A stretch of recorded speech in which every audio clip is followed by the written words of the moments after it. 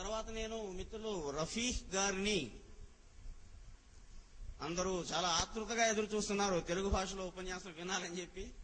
నేను మిత్రులు రఫీక్ గారు సందేశ విభాగం రాష్ట్ర సహాయ కార్యదర్శి, నేను వారిని తమ ఉపన్యాసం చేయవలసిందిగా ఆహ్వానిస్తున్నాను.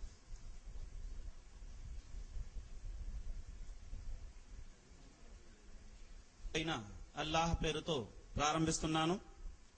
జమాతే ఇస్లామీ హింద్ విజయవాడ నగర శాఖ తరపున ఏర్పాటు చేయబడిన విశ్వకారుణ్యమూర్తి ముహమ్మద్ సల్లల్లాహు అలైహి వసల్లం అనేటువంటి ఈ బహిరంగ సభకు అధ్యక్షత వహిస్తున్నటువంటి గౌరవనీయులు జనాబ్ ఖాజా ఆరిఫుద్దీన్ గారు, జమాతే ఇస్లామీ హింద్ ఆంధ్రప్రదేశ్ మరియు ఒరిస్సా రాష్ట్రాల అధ్యక్షులు, అలాగే వేదికపై ఉన్నటువంటి జమాతే ఇస్లామీ హింద్ రాష్ట్ర మరియు స్థానిక బాధ్యులు, వేదికపై ఉన్నటువంటి పెద్దలు, ఉలమాలు, ఈ పవిత్ర సమావేశంలో హాజరైన ముస్లిం, హిందూ, క్రైస్తవ సోదరులారా, సోదరిమణులారా, అస్సలాము అలైకుం వరహమతుల్లాహి వబర్కాతు. నేను చెప్పినటువంటి ఈ అరబీ పదం యొక్క తెలుగు అర్థం దైవ శాంతి మనందరిపై కురియుగాక అని. ముస్లింలు పరస్పరం ఒకరికొకరు ఎదురైనప్పుడు సలాం చెప్పుకోవడం మీరు వింటూ ఉంటారు. సలాం అంటే శాంతి, దైవ శాంతి మీపై కురియుగాక అని ఈ పదాలకు అర్థం. మహాశైలారా, గత ఒక నెల రోజులుగా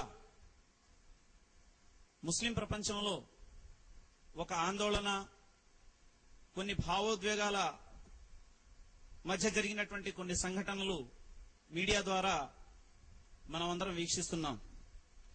దీనికి అత్యంత ప్రధానమైనటువంటి కారణం ఏమిటి అంటే, ప్రపంచంలో 150 కోట్లకు పైగా ఉన్నటువంటి ముస్లింలు తమ భార్యా పిల్లలు, తమ స్థిరచరాస్తులు, చివరికి తమ ప్రాణాల కంటే అత్యధికంగా ప్రేమించేటువంటి విశ్వకారుణ్యమూర్తి ముహమ్మద్ సల్లల్లాహు అలైహి వసల్లం వారిపై కొంతమంది అప్రాచ్యులు ఆయన జీవితాన్ని దగ్గరగా అధ్యయనం చేయకుండా వారి ఆలోచనకు ఏది తట్టిందో దాన్ని చిత్రంగా రూపొందించి ఇంటర్నెట్లో పెట్టడం జరిగింది. దీనికి స్పందిస్తూ ముస్లిం సమాజం, మీరు ఈజిప్ట్ నుంచి ఇటు సిరియాలో, ఇటు జోర్డాన్లో, పాకిస్తాన్లో, బంగ్లాదేశ్లో, మన భారతదేశంలో కూడా ముస్లింలు నినాదాలు చేయడం, ధర్నాలు చేయడం, ఆ తర్వాత తమ యొక్క వ్యతిరేకతను వెలిబుచ్చడం, ఇవన్నీ కూడా మనం చూశాం. అంటే ప్రపంచవ్యాప్తంగా ముస్లింల యొక్క మనోభావాలను దెబ్బతీసే విధంగా ఒక కుట్ర ఎప్పటి నుంచో జరుగుతోంది. దానికి బీజం రష్యా అంతమైన తర్వాత మొదలైంది. అది ఈ రోజు కూడా కొనసాగుతోంది.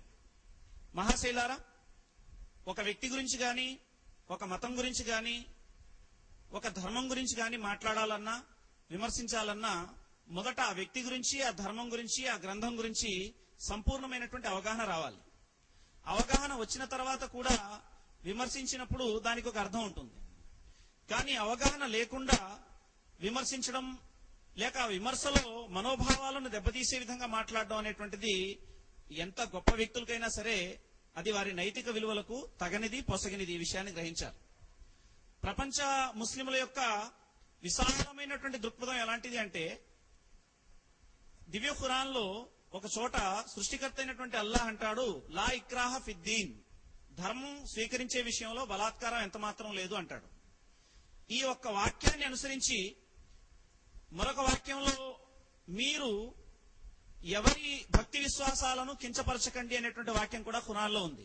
కాబట్టి ప్రపంచంలో ఏ ముస్లిం కూడా మహనీయుల్ని, మహాపురుషుల్ని, ఆయా మతాలు అనుసరించేటువంటి ఆ గొప్ప ప్రవక్తల్ని ఎవరిని కూడా దూషించడం గాని, ఏకవచనంతో పిలవడం గాని, వారిని నిందించడం గాని అక్కడ చేసిన సంఘటన మనం చూడం. చివరికి ఎంత విశాలమైనటువంటి దృక్పథం ముస్లింలకు ఇస్లాం ఇస్తోందంటే, మొన్న మధ్య ఒకసారి క్రీస్తు యేసుపై ఒక సినిమా వచ్చింది, ఈసా అలైహిస్సలాం వారిపై. దాంట్లో ఆయన యొక్క వ్యక్తిత్వాన్ని కించపరిచేటువంటి సంఘటనలు చాలా ఉన్నాయి. ముస్లిం సమాజం గొంతెత్తింది, ఇది ఆయన ఒక మహనీయుడు కాబట్టి ఆ చిత్రం తీయడం తప్పు అని చెప్పి నినదించింది. అలాగే రష్యా ప్రభుత్వం మొన్న మధ్య భగవద్గీత మీద నిషేధం విధించాలని చెప్పడం జరిగింది. అప్పుడు ముస్లిం సమాజంలో చాలా మంది మేధావులు ఒకే మాట అన్నారు, ఒక మతానికి సంబంధించినటువంటి గ్రంథాన్ని నిషేధించేటువంటి హక్కు నీకెక్కడది అని చెప్పి రష్యా ప్రభుత్వాన్ని అడగడం జరిగింది. అంటే మహాశైలారా, ఇక్కడ ఎంత విశాలమైన దృక్పథం ఉందో మనం ఒకసారి ఆలోచించాలి. అలాగే ఇక్కడ నా క్రైస్తవ సోదరులు కూడా ఉంటారు. వారొక విషయాన్ని చాలా చక్కగా అవగాహన చేసుకోవాల్సిన అవసరం ఎంతైనా ఉంది. అదేమిటంటే, చరిత్రను మనం ఒకసారి పునరావలోకనం చేసుకుంటే, చరిత్రలో ముస్లింలు మరియు క్రైస్తవులు అనబడేటువంటి వీరికి ప్రధానమైనటువంటి వ్యతిరేక ఎవరైనా ఉన్నారంటే వాళ్ళు యూదులు. కాబట్టి మీరు ఒకసారి గ్రహించాలి, ముస్లింలు యేసు వారిని అంటే ఈసా అలైహిస్సలాం వారిని క్రీస్తుగా విశ్వసిస్తారు. అలాగే అంతిమ ఆయన పరిశుద్ధుడు అని విశ్వసిస్తారు, పవిత్రమైనటువంటి వాడని విశ్వసిస్తారు. ఆయనను ఎవరైనా కించపరిస్తే వీరు ఒప్పుకోరు. ఏ విధంగా అయితే ముహమ్మద్ ప్రవక్త వారిని కించపరిచినప్పుడు కోపడుతున్నారో, ఆవేశానికి గురవుతున్నారో, అదే ఆవేశాన్ని ఈసా అలైహిస్సలాం వారిపై, ఒకవేళ యేసు వారిపై ఎవరైనా నిందలు తీసుకొచ్చినా సరే అదే రియాక్షన్ ఉంటుంది. అంటే ఇక్కడ ముస్లింలు యేసును విశ్వసిస్తారు, యేసు వారిని ఎంత మాత్రం కూడా కించపరచు అనే విషయాన్ని క్రైస్తవ సోదరులు గ్రహించాలి. మరి ఈ రోజు క్రైస్తవ సమాజానికి ముహమ్మద్ ప్రవక్త వారిపై వ్యతిరేకతను నూరుపోసే వాళ్ళు ఎవరు అంటే, ఈసా అలైహిస్సలాం అంటే యేసు వారి కాలంలో ఏ యూదులైతే యేసును క్రీస్తుగా అంగీకరించలేదో, యేసు వారిని చంపడానికి, హతమార్చడానికి వివిధమైనటువంటి కుట్రలు చేశారో, వారే ముహమ్మద్ ప్రవక్త వారికి వ్యతిరేకంగా క్రైస్తవ సమాజాన్ని పురిగొల్పేటువంటి ప్రయత్నాలు చేస్తున్నారు. ఈ విషయాన్ని నా సోదరులు గ్రహించాలి. ఎందుకంటే గుప్పెడు ఉన్నటువంటి యూదులు తమ అధికార దాహంతో, తమ జాత్యాహంకారంతో గంపెడు ఉన్నటువంటి క్రైస్తవుల్ని తమ గుప్పెటలో పెట్టుకుని వారు ఆడించినట్టుగా వాళ్ళని ఆడిస్తున్నారు. ఈ విషయాన్ని గ్రహించాలి. ఎందుకంటే మనం ఒక విషయాన్ని గ్రహిస్తే, అమెరికా లేక దాని మిత్ర దేశాల యొక్క కుట్రలు మనం చూసినప్పుడు, మొదటి ప్రపంచ యుద్ధం నుంచి మొన్నటి ఆఫ్ఘనిస్తాన్, ఇరాక్ యుద్ధాల వరకు వారు పొట్టన పెట్టుకున్నటువంటి వ్యక్తుల సంఖ్య మీరు ఆశ్చర్యపోతారు. సుమారు 65 లక్షల మంది. మొన్న మధ్య ఇరాక్ లో జరిగినటువంటి బీభత్సకాండ, అమెరికా చేసినటువంటి దౌత్యం మనకు తెలుసు. మొన్న మీరు పత్రికల్లో కూడా చూశారు. సుమారు 5 లక్షల మంది పిల్లలు పోషకాహారం లేని కారణంగా వారు పశువులు బాసారు. అంటే వారి దాష్టికం ఏ విధంగా ఉందో ఒకసారి గ్రహించండి. ఈ విధంగా మనం చూస్తే, హిరోషిమా, నాగసాకిని సమాధి చేయడం దగ్గర నుంచి మొన్నటి ఇరాక్, ఆఫ్ఘనిస్తాన్ ని సమాధులు చేయడం వరకు, ఈ రోజు ఇరాన్ పై కన్ను పెట్టినటువంటి సంఘటన దగ్గర నుంచి మనం చూస్తే, ఎవరు ఉగ్రవాదులు, ఎవరు ప్రపంచాన్ని నాశనం చేసి చమురు కోసం, లేక తమ స్వార్థం కోసం, తమ జాత్యాహంకారం కోసం, లేక తమ సామ్రాజ్యవాద కాంక్షను నిలబెట్టుకోవడం కోసం ఎవరు ఈ విధమైనటువంటి కుయుక్తులు చేస్తున్నారు అంటే, అది ఒక బహిరంగ రహస్యం. మేధావులందరికీ కూడా ఈ విషయం తెలుసు. ఆ కుట్రలో ఒక భాగమే. దీనికి నా దగ్గర సాక్ష్యాలు చాలా బలమైనవి ఉన్నాయి. రష్యా అమెరికాకు ధీటుగా ఉండేటువంటి దేశం ఆ కాలంలో.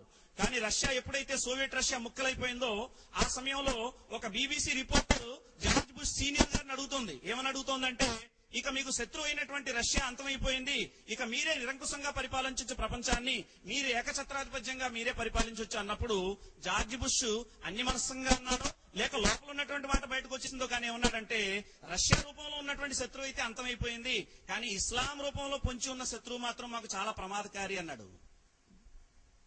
ఎందుకంటే పంది మాంసం, వ్యభిచారం, విచ్చలవిడితనం, మద్యానికి అలవడినటువంటి పాశ్చాత్యుల నైజానికి వీటన్నిటిని నిషేధించి చక్కటి సహజీవనం గడపాలి, చక్కటి నైతిక విలువలతో కూడిన జీవితం గడపాలి అని ధీటుగా బోధించేటువంటి ఇస్లాం ఎలా నచ్చుతుంది? కాబట్టి దీనికి వ్యతిరేకంగా గళం విప్పడం జరిగింది. కనుక మహాశైలారా, మనం చూచేదంతా కూడా నిజం కాదు, వినేదంతా కూడా యథార్థం కాదు అనేటువంటి విషయాన్ని పరిగణలోకి తీసుకుంటూ లోతైనటువంటి పరిశీలన ఈ విషయంలో జరగాలి. ఒకవేళ నా దగ్గరికి వచ్చి ఏ మహనీయుడైనా ఎవరైనా నిందించారంటే ఆపు చేసే వాళ్ళు నేనుంటాను. సార్ ముందు ఆయన గురించి తెలుసుకోండి సార్ ముందు, ఆ తర్వాత మీరు నిందిస్తురు. కానీ ఆ నింద కూడా ఎలా ఉండాలి అంటే, మీరు హేతుబద్ధంగా మాట్లాడగలగాలి. ఇది పరిస్థితి ఉండాలి. నేను ఎందుకు అంటున్నానంటే ఈ మాట గట్టిగా, థామస్ కార్లైల్ ఇతను ఇస్లాంను విమర్శించినంతగా ఏ మతాన్ని విమర్శించలేదు, అంత పెద్ద విమర్శకుడు. ఈయన ఏమంటారంటే, నేను ఇస్లాం ధర్మాన్ని అధ్యయనం చేసిన తర్వాత, ఖురాన్ గ్రంథాన్ని స్టడీ చేసిన తర్వాత, ముహమ్మద్ ప్రవక్త వారి జీవితాన్ని అధ్యయనం చేసిన తర్వాత నా అంతలోని ఈ మాటను చెప్పకుండా ఉండలేకపోతుంది అంటాడు. అది ఏంటండి, ఏ మాట అది అని అడిగినప్పుడు అతను అనే సమాధానం ఏంటంటే, ఒక నిరక్షరాస్య ఏ ఆశ్రమానికో, ఏ పాఠశాలకో, యూనివర్సిటీకో వెళ్ళి అక్షరాభ్యాసం చేయనటువంటి ఒక నిరక్షరాస్య అయినటువంటి ఒక వ్యక్తి ప్రపంచ మేధావులు సైతం ఆశ్చర్యపోయేటటువంటి విషయాలు, ప్రపంచ మానవాళి యొక్క ఆలోచన సరళినే మార్చగలిగేటువంటి విషయాలు చెప్పగలిగాడంటే ఆయనకు ఒక అద్భుతమైనటువంటి శక్తి సహకారం తప్ప మరే దేని వల్ల కూడా కూడా ఈ పని అతను చేయలేడు, కనుక నేను అతన్ని దైవ ప్రవక్తగా నమ్ముతున్నాను అంటాడు. మహాశీలారా, ఈ విధంగా మన జాతిపిత మహాత్మా గాంధీ గారు ఇస్లాం కరవాలంతో వ్యాపించిందని ఎవరైనా అంటే అది శుద్ధ అబద్ధం అంటారు మహాత్మా గాంధీ. 1924లో యంగ్ ఇండియా అనేటువంటి తన స్వీయ గ్రంథంలో ఆయన చెప్పినటువంటి మాట ఏమిటంటే, ఇస్లాం కరవాలంతో వ్యాపించిందని ప్రజలు అనుకుంటున్నారు. చాలా పెద్ద పాఠం అది, నేనైతే మొత్తం వినిపించను. చివరిగా మహాత్ముడు ఏమంటాడంటే అక్కడ, ముహమ్మద్ ప్రవక్త వారు యొక్క అచంచలమైనటువంటి విశ్వాసం, ఆయన యొక్క మృదు మనోహర భాష్యం, ఆయన యొక్క నైతిక ప్రవర్తన హృదయాలను జయించింది కరవాలం కాదు, ముహమ్మద్ ప్రవక్త వారి యొక్క నైతిక నడవడి హృదయాన్ని జయించింది. కాబట్టి ఇది కరవాలం అనుకుంటే అది శుద్ధ అపోహ తప్ప మరేమీ కాదని మహాత్మా గాంధీ అంటారు. ఈ విధంగా ఎంతో మంది మహాప్రవక్త ముహమ్మద్ సల్లల్లాహు అలైహి వసల్లం వారి జీవితాన్ని విమర్శిస్తూ అధ్యయనం చేయడం ప్రారంభించారు. ఆ తర్వాత ఆయనకు అత్యంత సన్నిహితులైపోయారు. ఎంత సన్నిహితులైపోయారంటే, ఎవరైతే ముహమ్మద్ ప్రవక్త వారిని విమర్శిస్తున్నారో వారికి వ్యతిరేకంగా వీరు పుస్తకాలు రాయడం ప్రారంభించారు. కనుక మహాశైలారా, ఇక్కడ మనం ఈ విషయాన్ని చాలా సావధానంగా ఒకసారి గ్రహించాలి. మరి ప్రవక్త ముహమ్మద్ సల్లల్లాహు అలైహి వసల్లం వారి గురించి గౌరవనీయులైనటువంటి మా జనరల్ సెక్రటరీ గారు అబ్దుల్ రబ్ ముజాహిద్ లతీఫీ గారు ఉర్దూలో అన్ని కోణాల్లో కూడా చాలా చక్కటి విషయాలు ప్రస్తావించారు. ఇక్కడ ఉన్నటువంటి వారు కూడా ఉర్దూని చాలా మంది తెలుసుకునే వాళ్ళు ఉన్నారు కాబట్టి మరలా వాటిని రిపీట్ చేయకుండా సంక్షిప్తంగానే కొన్ని విషయాలు మీ ముందుంచేటువంటి ప్రయత్నం చేస్తాను. మొదటి విషయం ఏంటంటే, ముహమ్మద్ ప్రవక్త అనగానే నేను సల్లల్లాహు అలైహి వసల్లం అంటూ ఉంటాను. ఈ మాట ఏమిటండి అని ముస్లింలకు అయితే తెలుస్తుంది, కానీ నా హైందవ క్రైస్తవ సోదరులకి మాట తెలియదు. సల్లల్లాహు అలైహి వసల్లం అంటే దైవ శాంతి శుభాలు ఆయనపై కురియుగాక అని. ముహమ్మద్ అనగానే ఈ మాట అనవలసిందిగా సృష్టికర్త అయినటువంటి దైవం ఖురాన్ లో ఉపదేశించాడు. కనుక ఏ ప్రవక్త పేరు చెప్పినా సరే మేము ఆయనపై శాంతిని పంపించడం అనేటువంటిది సంప్రదాయం. ఈ విధంగా నేను సల్లల్లాహు అలైహి వసల్లం అనగానే మీరు శుభాలు ఆయనపై కురియుగాక అని అర్థం చేసుకోగలరు. ఇక ఆయన క్రీస్తు శకం 571లో మక్కా అనేటువంటి అరేబియా ఒక ప్రాంతంలో ఆయన జన్మించారు. ఆయన జన్మించే సమయంలో ఎలాంటి పరిస్థితి అంటే, ప్రపంచం అంతా కూడా అంధకార బంధురమైనటువంటి ప్రపంచంగా ఉంది. ఒకవైపు స్త్రీలపై అఘాయిత్యాలైతే, మరోవైపు మనిషి కొనేటువంటి పరిస్థితి ఉండి, మరోవైపు బానిసత్వం ఒకవైపు ఉంటే, ఒకవైపు బారు వడ్డీలతో సామాజిక ఆర్థిక పరిస్థితి, ఇంకోవైపు అశ్లీలం, నగ్నత్వం, వ్యభిచారం అనేటువంటిది మరొక వైపు. ఈ విధంగా ప్రపంచం ఒక అంధకార బంధురమైనటువంటి పరిస్థితి. అయితే ఇక్కడ ముహమ్మద్ ప్రవక్త వారు ప్రపంచీకరణ ఏదైతే ఈ రోజు మనం చూస్తున్నామో, ఈ ప్రపంచీకరణకు పునాదులు ఆనాడే పడ్డాయా అనేటువంటి పరిస్థితి ఆ రోజు ఉంది. అందుగురించే ఒక గ్లోబల్ స్పిరిచువల్ లీడర్ యొక్క అవసరం ఉంది, విశ్వ ఆధ్యాత్మిక నాయకుని యొక్క అవసరం ఉంది అనేటువంటి విషయాన్ని దైవం అక్కడ మనకు ఎరుగుపరిచిందే ముహమ్మద్ ప్రవక్త వారి ద్వారా. ముహమ్మద్ ప్రవక్త వారిని దేవుడు చిట్ట చివరి దైవ ప్రవక్తగా పంపించడానికి కారణం ఏమిటి అంటే, ఆయన ఒక విశ్వనాయకుడిగా ఆయన ఉంటే ఆయన ఇచ్చినటువంటి సందేశం ప్రపంచంలో భూమిపై ప్రతి మూలకు కూడా వెళ్లేటువంటి సోర్సెస్ అన్ని కూడా వస్తాయి అనేటువంటిది దేవుని యొక్క ప్రణాళికలో ఒక ప్రత్యేకమైనటువంటి భాగం. కనుకనే సృష్టికర్త అయినటువంటి దైవం ముహమ్మద్ ప్రవక్త వారిని చిట్ట చివరి దైవ ప్రవక్తగా అక్కడ ఎన్నుకోవడం జరిగింది. మరి ఆయన జీవితానికి సంబంధించి మనం చూసినట్లయితే ఇద్దరు వ్యక్తులని ప్రస్తావన ఈ సందర్భంగా నేను తేవాలి. ఇస్లాం ప్రవక్త ముహమ్మద్ అని చెప్పి ఒక పుస్తకం ఉంది. ప్రొఫెసర్ కెఎస్ రామకృష్ణారావు గారు ఈ పుస్తకం రాశారు. ఆ పుస్తకంలో ఆయన ఉన్న పేజీలు అయితే 26 పుస్తకంలో, కానీ దాంట్లో ముహమ్మద్ ప్రవక్త వారి గురించి ఎంత లోతైన పరిశీలన ఆయన రాశాడంటే, ముహమ్మద్ అని చెప్పి ఆయన యొక్క జనరల్, ఆయన ఒక స్టేట్స్మెన్, ఆయన యొక్క ప్రవక్త, ఆయన ఒక ఉత్తమ తండ్రి, ఒక ఉత్తమ రాజ్యాధినేత, ఒక ఉత్తమ సందేశహరుడు, అనాథలకు పెన్నిధి, వితంతువులకు ఆదరణకర్త. ఈ విధంగా ముహమ్మద్ సల్లల్లాహు అలైహి వసల్లం వారి పేరు రాసిన తర్వాత ఈ అన్ని రంగాలు రాసి ఏమంటాడంటే, ఆయన ఈ అన్ని రంగాల్లో ఒక హీరో అంటాడు ప్రొఫెసర్ కెఎస్ రామకృష్ణారావు. అలాగే the most influential persons in human history అని చెప్పి మైకేల్ హెచ్ హార్ట్ అనేటువంటి ఒక వ్యక్తి ఒక పుస్తకం రాశాడు. ఈయన క్రైస్తవుడు, ఈయన చరిత్రకారుడు. ఈయన మానవాళిని ఇప్పటి వరకు ప్రభావితం చేసినటువంటి 100 మంది వ్యక్తుల్ని సెలెక్ట్ చేశాడు. ఈయన కొన్ని వేల మంది మీద పరిశోధనలు చేశాడు. ఆయన చేసి 100 మందిని సెలెక్ట్ చేశాడు. ఈయన చేసి ఆ 100 మందిలో మొట్టమొదటి ర్యాంక్, ద 100 ర్యాంకింగ్ అని చెప్పే పుస్తకానికి పేరు. దాంట్లో ఫస్ట్ ర్యాంక్ ఎవరికి ఇచ్చాడు అంటే ముహమ్మద్ ప్రవక్త వారికి ఇచ్చాడు. ఇవ్వగానే ఇచ్చిన తర్వాత ఆయన ఈ మాట కూడా అంటున్నాడు. ఏమంటున్నాడంటే, ఒకవేళ ఎవరైనా నన్ను ముహమ్మద్ వారికే నువ్వు మొదటి స్థానం ఎందుకు ఇచ్చావు అని అడగవచ్చు. దానికి సమాధానం ఏమిటంటే, ఇటు భౌతికంగా ఇటు ఆధ్యాత్మికంగా అన్ని రంగాల్లో కూడా విజయం సాధించినటువంటి ఏకైక వ్యక్తి వ్యక్తి ముహమ్మద్ గా నేను గుర్తించాను, కాబట్టి నేను ఆయనకు ఆ స్థానం ఇచ్చాను అని ప్రస్తావించడం జరిగింది. కనుకనే మహాశైలారా, ఎందరో మహాపురుషులు యుగ పురుషులు గతించారు మన సమాజంలో, మనం చూస్తున్నాం. వారందరూ కూడా మానవ రంగాల్లో ఏదో ఒక రంగానికి వారు సేవ చేశారు. కొందరు వితంతు పునర్వివాహానికి ప్రాధాన్యత ఇస్తే, మరికొందరు బానిసల్ని విముక్తి చేయడానికి ప్రాధాన్యత ఇచ్చారు, మరికొంతమంది సమానత్వం కోసం వాళ్ళు కృషి చేశారు. కానీ మహాప్రవక్త ముహమ్మద్ సల్లల్లాహు అలైహి వసల్లం జీవితాన్ని మనం చూస్తే, మానవ జీవితంలో ఎన్ని రంగాలైతే ఉన్నాయో అన్ని రంగాలకు కూడా సంపూర్ణమైనటువంటి మార్గదర్శకత్వాన్ని అందజేసినటువంటి ఏకైక ప్రవక్త మహాప్రవక్త ముహమ్మద్ సల్లల్లాహు అలైహి వసల్లం. కాబట్టి ఈయన్ని దివ్య ఖురాన్ లో సృష్టికర్త అయినటువంటి దైవం ఏమంటాడంటే, వమా అర్సల్నాక ఇల్లా రహమతల్ లిల్ ఆలమీన్, ఓ ప్రవక్త ముహమ్మద్ సల్లల్లాహు అలైహి వసల్లం, నిన్ను మేము విశ్వమానవులందరి కోసం కారుణ్యంగా చేసి పంపించాము. కాఠిన్యంగా కాదు, కారుణ్యంగా చేసి పంపించాము. మరి ఈయన కారుణ్యం ఎలా అయ్యారు, ఈయన యొక్క జీవితం ఎలా ఉండేది అని చూడాలంటే, మనం చెప్తూ ఉంటాం చూడండి, అన్నం ఉడకడిందా లేదా అని చూడడానికి బియ్యం అన్ని మెతుకులు నొక్కి చూడక్కర్లేదు, ఒక్క మెతుకు చూస్తే చాలని.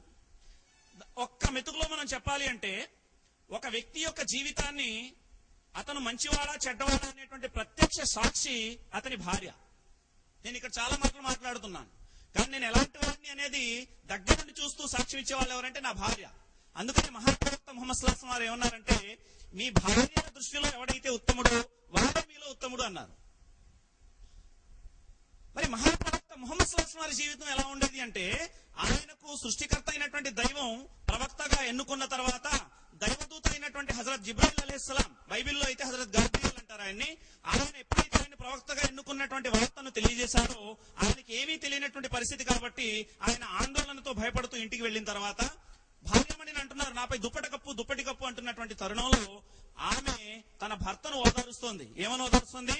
ఏమండి శ్రీవారు, మీరు ప్రజల పట్ల శ్రేయోభిలాష కలిగి ఉంటారు, మీరు వితంతువుల్ని ఆదుకుంటారు, అనాథల్ని అన్నాథల్ని ఆదుకుంటారు, మీరు ప్రతి ఒక్కరికి ఆపద్బాంధవులుగా వ్యవహరిస్తారు, మీరు ఇతరులకు ఎప్పుడు మేలే చేస్తారు, వారికి ఎప్పుడు మీరు కీడునేదే తలిపెట్టరు, మీరు ఉన్నత వ్యక్తిత్వం కలవారు, కాబట్టి దేవుడు మీకు అన్యాయం చేయడు అని ఓదారుస్తోంది. ఈ సాక్ష్యం చాలదండి ప్రపంచానికి? ఆయన మరో భార్యమణి హజరత్ ఆయిషా రజియల్లాహు అన్హా, ఆమె దగ్గరికి కొంతమంది వచ్చి ముహమ్మద్ ప్రవక్త ఎలాంటి వారు, ఎలా ఉండేవారు అని అడిగినప్పుడు ఆమె ఒక చిన్న ముక్క సమాధానం వేస్తుందంటే, మీరు ఖురాన్ చదవరా అంటుంది. ఎందుకు చదవరు?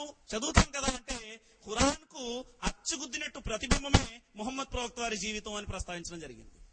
మహాశైలారా, ఇలాంటి ఒక ఉన్నతమైనటువంటి క్యారెక్టర్ మహాప్రవక్త ముహమ్మద్ సల్లల్లాహు అలైహి వసల్లం వారిది. అందుగురించే ఆయన ఉన్నటువంటి ఆ సమాజంలో ఆయన యొక్క వ్యక్తిత్వానికి ప్రతీకగా ఒక శాస్త్రవేత్త, తత్వవేత్త ఏమంటాడంటే, ఒక మంచి ఉదాహరణ ఇస్తాడు. ఒక కొలనుంది, ఆ కొలనులో నీరు నిలబడి ఉండడం వల్ల దాంట్లో జెరాసిమ్స్ చేరిపోయాయి, మురికి నిండిపోయింది. కానీ ఆ నీటిలో అందమైనటువంటి కలువ పువ్వు విచ్చుకుంది. ఆ కలువ పువ్వుపై ఆ మురికి యొక్క ప్రభావం లేదు.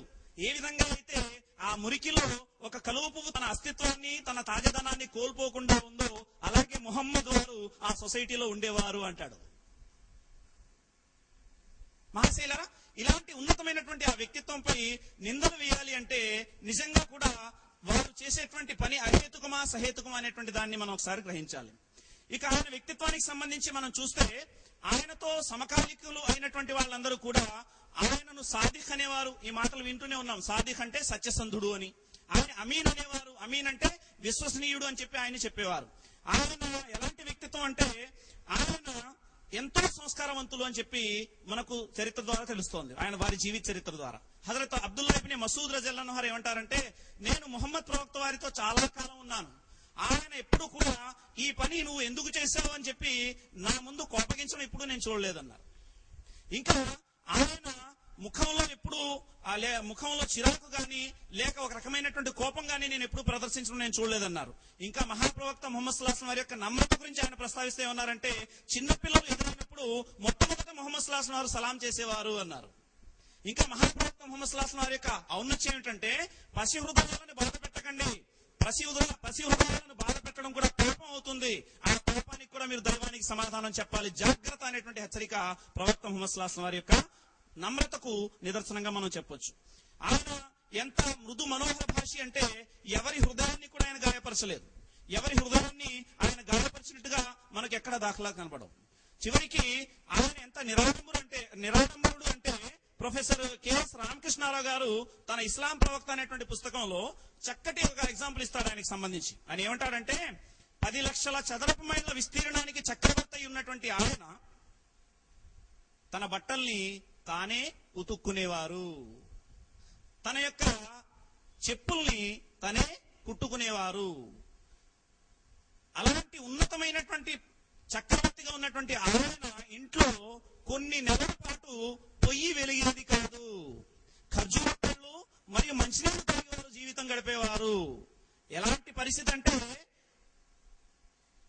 ఆయన ఒక సందర్భంలో ఆయన నిద్రపోతున్నటువంటి సమయంలో ఆయన సహచరుడైనటువంటి హజరత్ ఉమర్ రజియల్లాహు అన్హు అక్కడికి వచ్చి ఆయన నిద్రపోతున్నటువంటి పరిస్థితి చూసి చలించిపోయారు.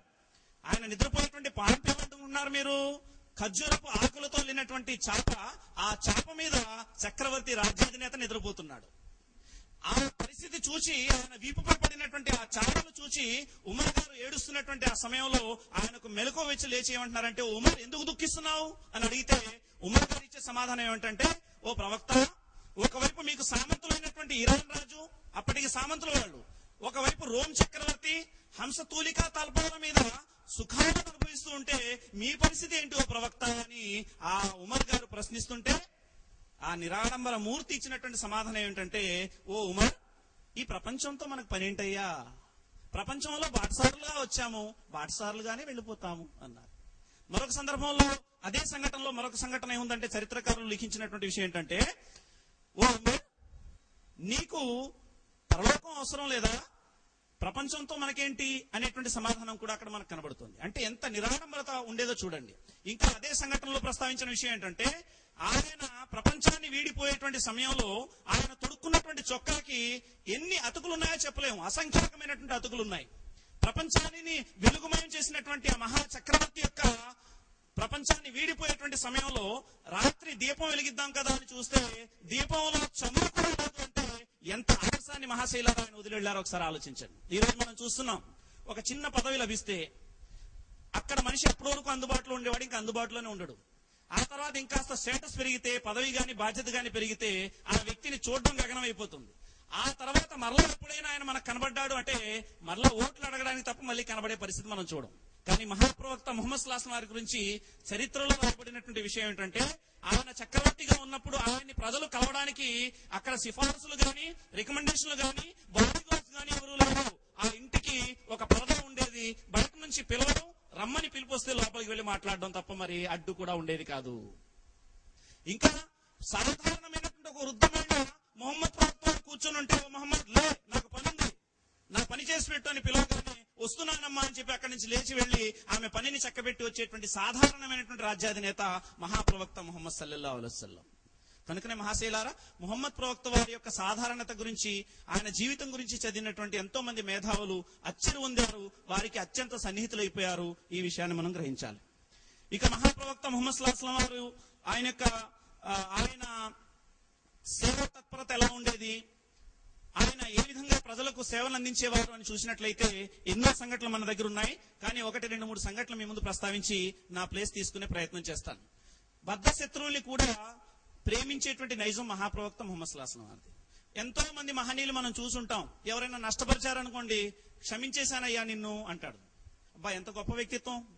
కానీ మహాప్రవక్త ముహమ్మద్ సల్లల్లాహు అలైహి వసల్లం వారి యొక్క వ్యక్తిత్వం ఎలాంటిది అంటే, తనకు నష్టాన్ని కలిగించిన వాళ్ళని క్షమించి మాత్రమే సరిపెట్టలేదు. ఆయన క్షమించిన తర్వాత సృష్టికర్తైనటువంటి దైవాన్ని చేతులెత్తి ప్రార్థించారు, ఓ దైవమా ఇతన్ని క్షమించు అని. మరలా అతన్ని క్షమించు అని చెప్పి వదిలిపెట్టలేదు. అతను ఇబ్బందుల్లో ఉంటే అతనికి ఇతోధికంగా సహకారం అందించారు. ఈ విధంగా క్షమాగుణాన్ని నేర్పించినటువంటి వ్యక్తి మహాప్రవక్త ముహమ్మద్ సల్లల్లాహు అలైహి వసల్లం. ఎలాంటి వ్యక్తిత్వం అంటే, ఆయన ఇంటి నుంచి ప్రతిరోజు బయటకు వెళ్లేటువంటి సమయంలో ఆయన పైన కసువు పోసేటువంటి ఒక స్త్రీ ప్రతిరోజు అదే పనిగా చేసేది. కానీ ఆయన దులుపుకొని శుభ్రం చేసుకుని వెళ్ళిపోయేవారు. ఒకరోజు ఆ స్త్రీ ఆయన మీద కసువు పోయలేనటువంటి పరిస్థితుల్లో ఆయన ఇంటి తలుపు తట్టి లోపలికి వెళ్లి చూస్తారు కదా, ఆ స్త్రీ అనారోగ్యంతో మంచాన పడి ఉంది. అది చూడగానే కారుణ్యమూర్తి హృదయం కకావికలమైపోయింది. ఆయన అడుగుతున్నారు, ఏమైంది అని చెప్పి అడిగి ఆమెకు శుశ్రూష చేయగానే ఆమె సమాధానం ఏమంటోందంటే, అయ్యా, ఇప్పటి వరకు మిమ్మల్ని ఇబ్బంది పెట్టడమే నా జీవితం జీవిత లక్ష్యంగా నేను పెట్టుకున్నాను, కానీ నేను అనారోగ్యంతో పడి ఉంటే నేను చేసిన నష్టాన్ని కూడా మర్చిపోయి నన్ను శుశ్రూష చేయడానికి వచ్చారు కదా. మీరు మీ వ్యక్తిత్వం ఇలాంటి ఉన్నతంగా ఉన్నట్లయితే మీరు బోధించే ధర్మం ఇంకా ఎంత ఉన్నతమైందో కదా అని చెప్పి ఆయన చేతుల మీద ఆమె ధర్మాన్ని స్వీకరించడం జరిగింది. మహాశైలారా, ఆయన ఎంతటి ఉన్నతమైనటువంటి గుణాలు, క్షమాగుణం కలవారంటే, ఒక అతిథి ఆయన ఇంటికి వస్తారు. ఆ రాత్రి ఆ ఇంట్లో బస చేసి ఆయన పెట్టినటువంటి ఆహారం అన్ని తిన్న తర్వాత ఆ రాత్రి మల విసర్జన చేసి ఆ మొత్తం పక్క అంతా కూడా పాడు చేసి వెళ్ళిపోతాడు. తెల్లవారేటప్పటికీ పలాయనం చిత్తగిస్తాడు. కేవలం ముహమ్మద్ ప్రవక్త వారిని ఇబ్బంది పెట్టడానికి ఆయన వచ్చాడు. వచ్చి ఆ విధంగా పాడు చేసి వెళ్ళిపోతే ఆయన తన పవిత్ర హస్తాలతో అది శుభ్రం చేస్తున్నటువంటి సమయంలో ఆ వ్యక్తి తన కర్మాన్ని మర్చిపోయాడు, అక్కడ కత్తిని మర్చిపోయాడు. తిరిగి వెనక్కి వస్తే పవిత్రమూర్తి అయినటువంటి ముహమ్మద్ ప్రవక్త వారు తన చేతులతో అతను అశుద్ధం చేసినటువంటి ఆ పక్కను కడుగుతున్నారు. అది చూడగానే అతని హృదయం ద్రవించిపోయింది. అతను మర్చిపోయినటువంటి కరవాలం అతనికి ఇచ్చాడు, కానీ అతను తల్లడిల్లిపోయాడు. అదే ఇంకొక సంఘటన చూస్తే, ఒక వ్యక్తి మస్జిద్లోకి వచ్చాడు. మస్జిద్ నబవీలోకి యోధ వ్యక్తి వచ్చి మస్జిద్ నబవీలో ఒంటికి పోసేశాడు, మూత్ర విసర్జన చేస్తున్నాడు. ఆ సమయంలో ముహమ్మద్ ప్రవక్త వారి సహచరులు అతన్ని ఆఫ్ చేసే ప్రయత్నం చేశారు, కానీ మహాప్రవక్త సల్లల్లాహు అలైహి వసల్లం వారిని వారించారు. ఆ తర్వాత ఏమంటున్నారు, వారిస్తే ఏమంటున్నారు, ఆగండి, మనల్ని దేవుడు సౌలభ్యాన్ని కలిగించడానికి పంపించాడు, జనాన్ని కష్టపెట్టడానికి కాదు అని చెప్పడం జరిగింది. ఆ వ్యక్తి మూత్ర విసర్జన చేసిన తర్వాత తన స్వహస్తాలతో ఒక బకెట్ నీళ్లు తీసి ఆ యొక్క మూత్రంపై పోసి శుభ్రం చేయడం జరిగింది. ఈ విధంగా చరిత్రలో కోకొల్లనైనటువంటి సంఘటనలు, ఒక శత్రువుని కూడా ప్రేమించేటువంటి సంఘటనలు, శత్రువుని క్షమించేటువంటి సంఘటనలు, శత్రువుకి సహకారం చేసేటువంటి సంఘటనలు ఆయన జీవితంలో విరివిగా మనకు లభిస్తాయి. మహాశైలారా, ఇంకా మనం చూసినట్లయితే మహాప్రవక్త ముహమ్మద్ సల్లల్లాహు అలైహి వసల్లం వారు ఒక రాజ్యాధినేతగా న్యాయాన్ని ఎలా స్థాపించారు అని చూసినట్లయితే, ఆయన అంత న్యాయాన్ని పాటించేటువంటి వ్యక్తి నభూతో నా భవిష్యత్తు ఎవరు మనకు కనబడదు. ఒక యూదుడు, ఒక ముస్లిం ఇద్దరి మధ్య వ్యాజ్యం జరిగింది. వారిద్దరూ తీర్పు కోసం ముహమ్మద్ ప్రవక్త వారి దగ్గరకు వచ్చారు. అక్కడ ఆయన పరిశీలన చేసిన తర్వాత, మొత్తం కేసుని స్టడీ చేసిన తర్వాత, యూదుడి దగ్గర న్యాయం ఉంది, ముస్లిం దగ్గర న్యాయం లేదు అనే విషయం ఆయన తెలుసుకుని యూదుని తరపున ఆయన తీర్పు ఇవ్వడం జరిగింది. పక్షపాతం లేదు, ఆశ్రిత పక్షపాతం, బంధుప్రీతికి ఎక్కడ స్థానం లేదు.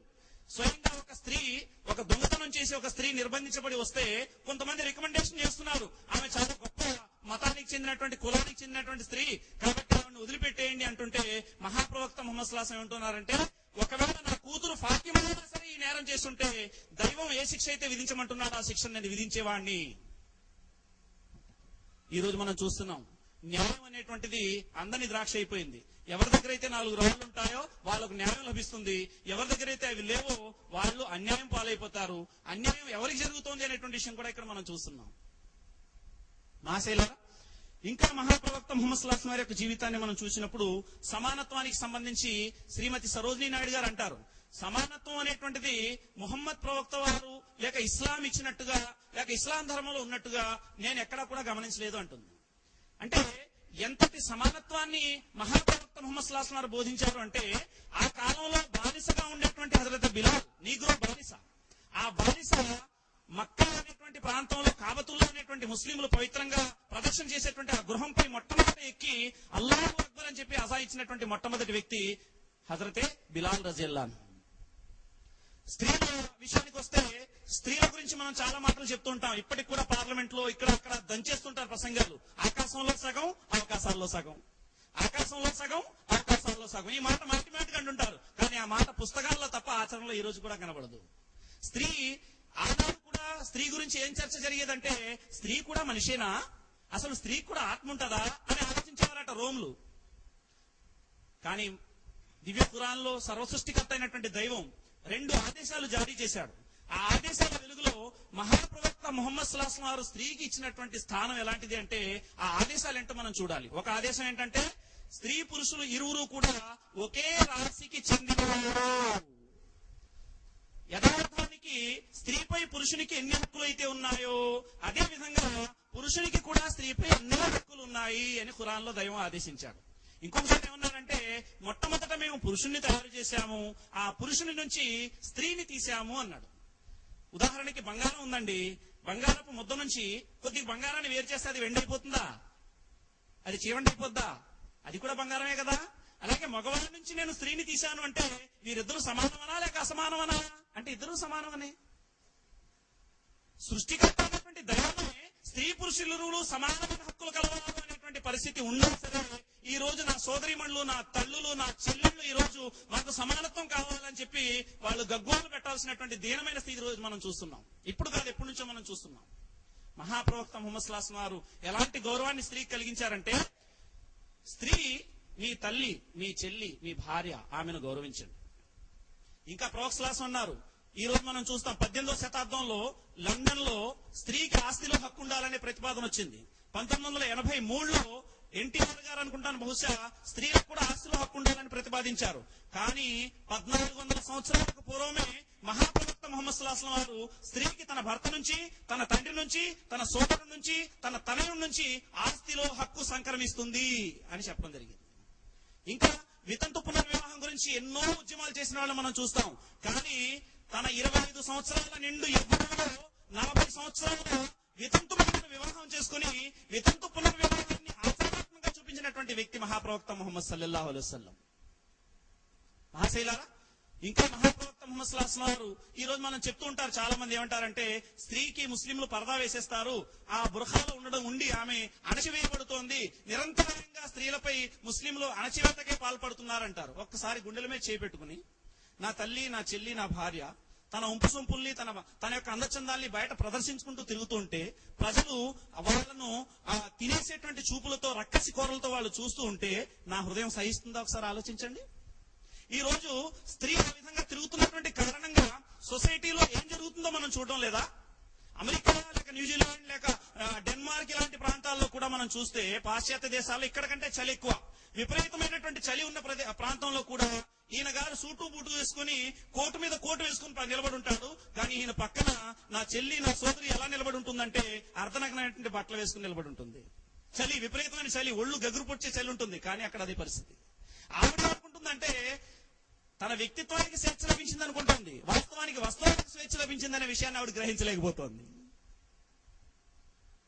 మహాప్రవక్త ముహమ్మద్ సల్లల్లాహు అలైహి వసల్లం వారు స్త్రీ ఆత్మగౌరవానికి ఎంతో పెద్దపీట వేశారు.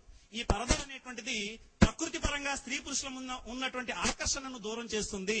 తద్వారా అనేకమైనటువంటి చెడులు దీని ద్వారా జరగకుండా ఉంటాయి. సొసైటీలో వ్యభిచారం లేక అశ్లీలం, నగ్నత్వం, విశృంఖలత్వం అనేటువంటి వాటికి ఇది పునాది. కాబట్టి వీటికి దూరంగా ఉండేందుకే ఈ పరద అనేటువంటి విషయాన్ని పెట్టడం జరిగింది. మహాశైలారా, మరి పరద నుండి స్త్రీ విద్యను అభ్యసించాలి అంటే దౌర్భాగ్యం ఏంటంటే భారతదేశంలో ముస్లింలు ఇల్లిటరేట్స్ ఎక్కువ మంది ఉన్నారు. ముస్లింల్లో నిరక్షరాస్యత ఎక్కువ ఉంది. నిరక్షరాస్యతతో పాటుగా ముస్లింల్లో అసలు మహిళలు చదువుకోలేని వాళ్ళు చాలా మంది ఉన్నారు.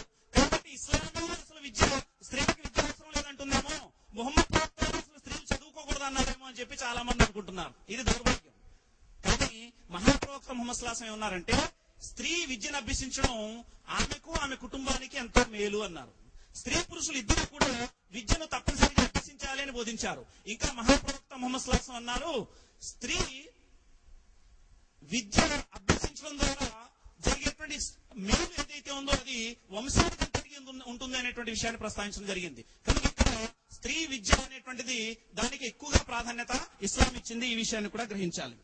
ఇక అదే విధంగా కూతురు పుడితే సజీవంగా పూడ్చిపెట్టేటువంటి పరిస్థితి ఆ కాలంలో ఉండేది. ఇప్పుడు పుట్టకముందే అమ్మాయిని చూసి అమ్మాయి అయితే కడుపులోనే సమాధి చేసే పరిస్థితి ఈ రోజు ఉంది, టెక్నాలజీ పెరిగిన తర్వాత. మహాప్రవక్త ముహమ్మద్ సల్లల్లాహు అలైహి వసల్లం ఉన్నారంటే, ఎవరికైతే ముగ్గురు కూతుళ్ళుండి వాళ్ళు ఆ అమ్మాయిలకు చక్కటి విద్యా బుద్ధులు నేర్పించి వారికి మంచి వ్యక్తులకు ఇచ్చి వివాహం చేస్తారో ఆ వ్యక్తి నేను స్వర్గంలో ఇలా ఉంటామన్నారు. అంటే అమ్మాయిలకు పుడితే వారికి వివాహం చేసే విషయంలో, వారిని చూసే విషయంలో మీరు దైవానికి భయపడండి అనేటువంటి విషయాన్ని మహాప్రవక్త ముహమ్మద్ సల్లల్లాహు అలైహి వసల్లం ప్రస్తావించారు. కనుక మహాశైల ఇక్కడ స్త్రీకి ఒక సముచితమైనటువంటి స్థానాన్ని మహాప్రవక్త ముహమ్మద్ సల్లల్లాహు అలైహి వసల్లం అందించారు.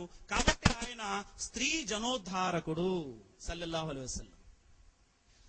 ఈ మధ్యనే బయోడైవర్సిటీ సదస్సు జరుగుతోంది.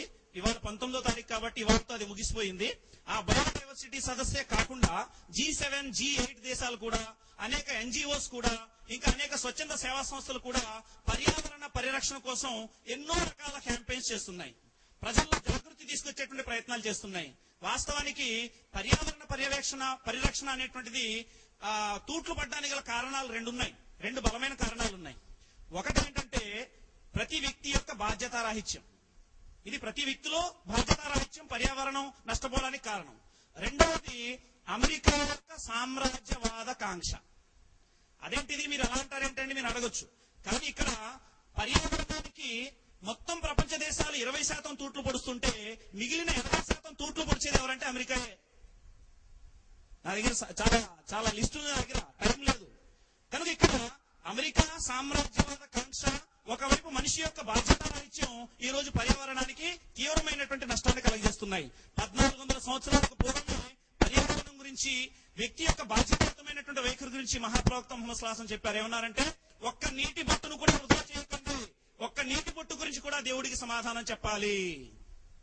మీ అందరికీ తెలుసుంటుంది, ఈ రోజు మన భారతదేశంలో 5 స్టార్ 3 స్టార్ హోటల్లో వాడబడేటువంటి గ్లీజర్లు ఏవైతే ఉన్నాయో వాటి ద్వారా దుర్వినియోగం పరచబడేటువంటి నీరు ఏదైతే ఉందో ఆ నీటిని ఆఫ్రికా దేశాలకు దానికి తరలించినట్లయితే ఆఫ్రికా దేశాల యొక్క నీటి సమస్య దూరం అయిపోతుంది అని చరిత్ర మనకి సర్వే చెప్తోంది.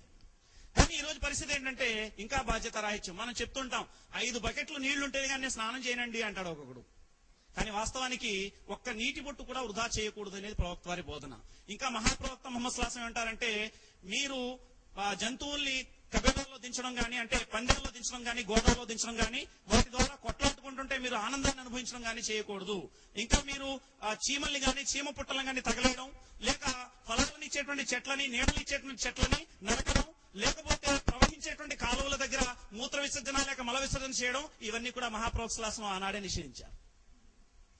అలాగే ఈ రోజు ప్రపంచం ఆర్థిక మాంద్యాన్ని ఎదుర్కొంటోంది. ఆర్థిక మాంద్యానికి సంబంధించి చూస్తే ఆయన నోబెల్ ప్రైజ్ పొందాడు చూడండి, అమర్త్య సేన్ గారు. ఆయన ఒక మాట అంటాడు. ఏమంటాడంటే, ముస్లింల దగ్గర ఒక మంత్రదండం ఉంది, ఈ మంత్రదండాన్ని కనుక ముస్లింలు ఉపయోగిస్తే ప్రపంచంలో ఆర్థిక బలహీనతలే ఉండవు, లేక ఆర్థిక ఇబ్బందులే ఉండవు అంటాడు. ఏంటంటే మంత్రదండం అంటే అమర్త్య సేన్ గారు ఏమంటాడంటే, జకాత్ అనేటువంటి ఒక మంత్రదండం ముస్లింల దగ్గర ఉంది అంటాడు. మహాప్రవక్త ముహమ్మద్ సల్లల్లాహు అలైహి వసల్లం వారు వడ్డీకి భిన్నంగా, వడ్డీకి వ్యతిరేకంగా దైవ ఆదేశాల మేరకు జకాత్ అనేటువంటి ఒక పటిష్టమైనటువంటి వ్యవస్థను స్థాపించారు. ఈ జకాత్ అనేటువంటి వ్యవస్థ ద్వారా ఇస్లామిక్ బ్యాంకింగ్ సిస్టమ్ ఏదైతే నడుస్తోందో దాన్ని సక్సెస్ఫుల్ గా నడిపినందుకు బంగ్లాదేశ్ కి చెందినటువంటి యూనుస్ అనేటువంటి వ్యక్తికి కూడా నోబెల్ ప్రైజ్ వచ్చింది. ఆ మధ్య మీరు చూసారో లేదో. అందుగురించి మన దేశ ప్రధాని మన్మోహన్ సింగ్ గారు ఏమంటారంటే, ఇస్లామిక్ బ్యాంకింగ్ సిస్టమ్ ఏదైతే ఉందో, ఇంట్రెస్ట్ ఫ్రీ బ్యాంకింగ్ సిస్టమ్ ఏదైతే ఉందో దీన్ని అడాప్ట్ చేసినటువంటి అవసరం ఉంది, కాబట్టి దీని మీద మీరు కాస్త పరిశోధించండి అని చెప్పి ఒక కమిటీని కూడా ఆయన వేయడం జరిగింది. మహాప్రవక్త ముహమ్మద్ సల్లల్లాహు అలైహి వసల్లం అన్నారు, ఏ సొసైటీలో అయితే వడ్డీ, వ్యభిచారం ఇంకా మద్యం ఏవైతే సర్వసామాన్యం అయిపోతాయో ఆ సమాజం ఎదురు చూడాలి అన్నారు. సహచరులు అడిగారు, ఏం ఎదురు చూడాలి అంటే, ఆ సమాజం వినాశనం కోసం ఎదురు చూడాలి అన్నారు. ఈ రోజు అదే జరుగుతుంది పరిస్థితి. కనుక మహాశైలారా, ఈ విధంగా చెప్పుకుంటూ పోతే చాలా విషయాలు ఉన్నాయి. కానీ పెద్దలు ఎంతో మంది వక్తలు మన ముందున్నారు. కనుక మీ అందరినీ నేను మనస్ఫూర్తిగా కోరేది ఏంటంటే, మహాప్రవక్త ముహమ్మద్ సల్లల్లాహు అలైహి వసల్లం వారి జీవితం మానవాళి అందరికీ ఎంతో అవసరం. ఆయన జీవితం మనిషికి మనశ్శాంతినిస్తుంది. ఆయన జీవితంపై ఆచరించడం సమాజంలో అనేక సమస్యలకు పరిష్కారం ఇస్తుంది. కాబట్టి ఆ కోణంలో వారి జీవితాన్ని కనీసం విమర్శనాత్మకంగా అయినా సరే ఒకసారి అధ్యయనం చేయవలసిందిగా మీ అందరిని నేను కోరుతూ, ముహమ్మద్ ప్రవక్త వారి యొక్క జీవితపు ఆచరణల వెలుగులో ఈ ప్రపంచం ఒక వసుదైక కుటుంబంగా, ఒక నైతిక ఉన్నత కుటుంబంగా వెళ్లి విరిసేటువంటి అవకాశం ఉందని కూడా నేను తెలియజేసుకుంటూ నా ప్రసంగాన్ని ముగిస్తున్నాను. వాఖిరు దావానా అన్ అల్హమ్దులిల్లాహి రబ్బిల్ ఆలమీన్. అస్సలాము అలైకుం వరహమతుల్లాహి వబరకాతుహు.